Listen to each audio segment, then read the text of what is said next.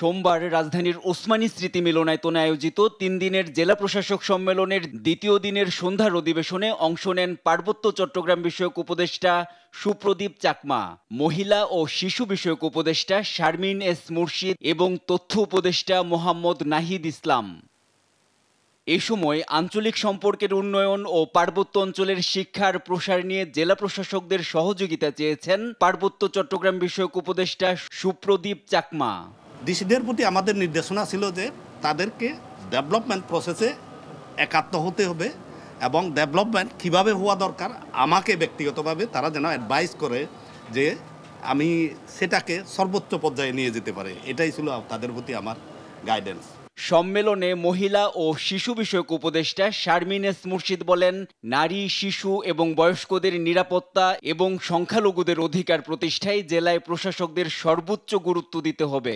সংস্কারের জন্য বর্তমান সরকারকে প্রয়োজনীয় সময় দেওয়ার আহ্বান তার। যুক্তির জায়গা থেকে, বিজ্ঞানের জায়গা থেকে একটা ন্যূনতম সময়সীমা লাগে, নইলে এটা করা যায় না। এবং সেই জায়গাটির থেকে এই সময়টুকু এই সরকারকে দিতে হবে।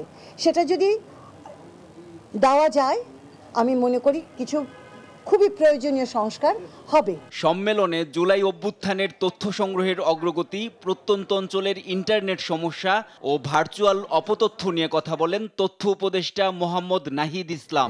এছাড়া গুজব এবং মিথ্যা তথ্য বা অপতথ্য যে প্রবাহ সোশ্যাল মিডিয়া, সেই বিষয়ে তারা উদ্বেগ জানিয়েছে বিভিন্ন জায়গায় যে এরকম।